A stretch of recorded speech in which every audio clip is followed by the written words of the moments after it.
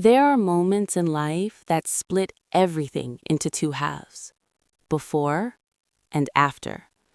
For me, that moment came on a Tuesday afternoon in October. I was 26 years old, sitting in my childhood home, holding a cup of tea that had gone cold, and listening to a general of the Pakistani army explain to me, in a calm, official voice, that my father was a hero. I should have been proud. I wasn't, because by the time that phone call ended, I had discovered that the man I had spent my entire life worshiping, the man I called Baba, the man I cried for at night when he was deployed, was living a life I never knew existed. Let me take you back, because for you to understand what I felt in that moment, you need to understand who my father was to me. My name is Isla. I grew up in a middle-class household in Lahore. My mother, my younger brother Zain, and me. My father, Colonel Farhan Malik, was in the army, which meant he was never really home. Deployments, postings, border duties. He was a ghost who appeared every few months, smelling like dust and discipline, carrying chocolate for us and silence for my mother. But when he was home, he was the whole world. He used to say, "Isla, a Malik never breaks. We bend until the storm passes, and then we stand straight again." I believed every word.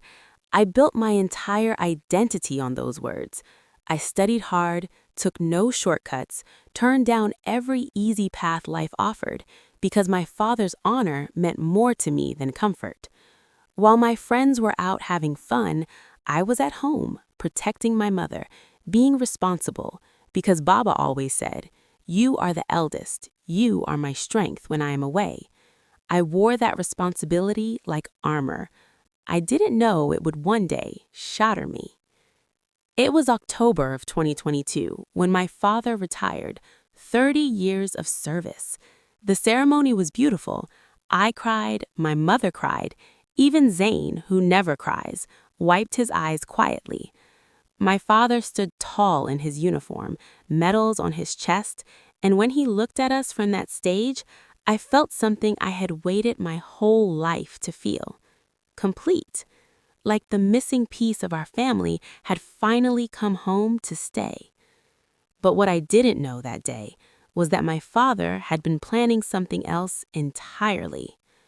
3 weeks after the retirement ceremony, Baba announced he was going to Islamabad for a week. Old colleagues, he said, a reunion. My mother smiled and packed his bag. I helped him with his shoes at the door, just like I used to as a little girl. He kissed my forehead and said, "Make sure your mother eats properly." I watched him drive away and thought, this is what peace feels like. He was gone for 10 days, not 7, then 20, then 30. My mother's calls started going unanswered for hours. When he did pick up, his voice sounded different, distracted, like he was speaking to us from behind glass. I told myself he was adjusting, that 30 years of army life doesn't just disappear overnight. I was protecting him even then, even when the signs were right in front of me. Then came the phone call that changed everything. It was a Tuesday. I was home alone. My mother had gone to visit her sister. Zain was at university. I picked up an unknown number, expecting a delivery service or a wrong number. Instead, I heard a deep official voice. "Is this Miss Isla Malik, daughter of Colonel Farhan Malik, retired?" I sat up straight. "Yes, who is this?" "This is Brigadier Salim. I served with your father for many years. I am calling because I feel someone in your family should know the truth." My tea went cold in my hands, and the world I had built around my father's name began to crack. Brigadier Salim spoke for nearly 40 minutes. I didn't move. I didn't breathe properly. I just sat there, on the same sofa where my father used to read the newspaper on Sunday mornings, and I listened. The truth came out slowly at first, then all at once. My father had a second family in Islamabad, a woman named Nadia, a son, 7 years old. 7 years old. That means for 7 years, while I was protecting my mother, while I was being the responsible one, while I was telling myself his absence was sacrifice and duty and honor, he was living another life, building another home, raising another child. I remember saying to the brigadier, very quietly, "Are you sure?" He said, "I am sorry, Beta. I would not call if I was not." I put the phone down, and I did something I had not done since I was 12 years old. I cried, loudly, the kind of crying that comes from somewhere so deep inside you that it doesn't even feel like grief. It feels like something tearing loose. But I could not fall apart.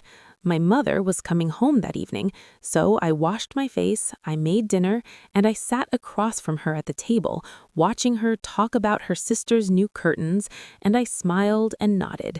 And inside, I was screaming, because how do you tell your mother that the man she packed bags for, the man she waited by the door for, the man she cried for every deployment, has another family? How do you hand someone that kind of pain? I couldn't. Not yet. I needed to know more first. The next morning, I called my cousin Hamid, who lives in Islamabad. I trusted him completely. I explained everything and asked him to find out what he could. Within 48 hours, Hamid confirmed it. The woman's name was Nadia Qureshi. She and my father had been together for nearly 9 years. The boy's name was Rayan. Nadia believed my father was a widower. He had told her my mother was dead. My mother, who was at that moment ironing his shirts, who had kept a photograph of him on her bedside table for 30 years, dead. He had made her dead in another woman's world, while she was alive and loyal and waiting for him in ours. I felt something shift inside me that day. I stopped crying. I stopped shaking. I went very, very still. Because I am my father's daughter, and if there is one thing he taught me, whether he deserved to teach me anything or not, it was this: a Malik bends, but then they stand. I had one decision to make. I could confront him in anger, call him, scream, expose everything immediately, but that would give him the chance to lie, to prepare, to twist the story. Or I could be smart about it. I chose smart. I spent the next 2 weeks gathering everything. Hamid sent me photographs. I found financial records, transfers my father had been making for years from a bank account I didn't know he had. I traced the property records. I spoke again to Brigadier Salim, who agreed with a heavy heart to write a signed statement of what he knew. I built a file, a quiet, careful, devastating file. And then I called my father. "Baba," I said, keeping my voice warm, "we miss you. Come home this weekend. Ami has been asking for you." He paused, and I heard it, that tiny hesitation. "Of course, Janu," he said, "this weekend." He didn't know what was waiting for him. He arrived on a Saturday morning. He looked the same broad shoulders, same gray at his temples, same calm eyes that had always made me feel safe. I let him hug me at the door. I let him sit down. I let him accept the cup of chai my mother brought him, smiling at her like nothing was wrong. And then I placed the file on the table. He looked down at it, then up at me. "What is this?" he said, quietly, carefully. "Open it, Baba." He did, and I watched. For the very first time in my life, I watched my father's face fall apart, page by page, photograph by photograph, statement by statement. His hands began to tremble. He opened his mouth once, closed it, looked at my mother, who was now standing very still in the kitchen doorway, understanding, slowly, devastatingly, what she was witnessing.